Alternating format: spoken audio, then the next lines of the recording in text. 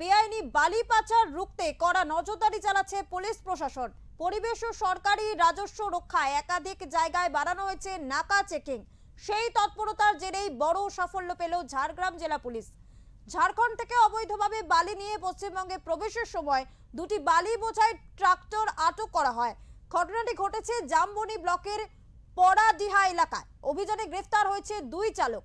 Police সূত্রে জানা গিয়েছে, গোপন সূত্রে খবর পেয়ে বৃহস্পতিবার সকালে অভিযান চালানো হয়।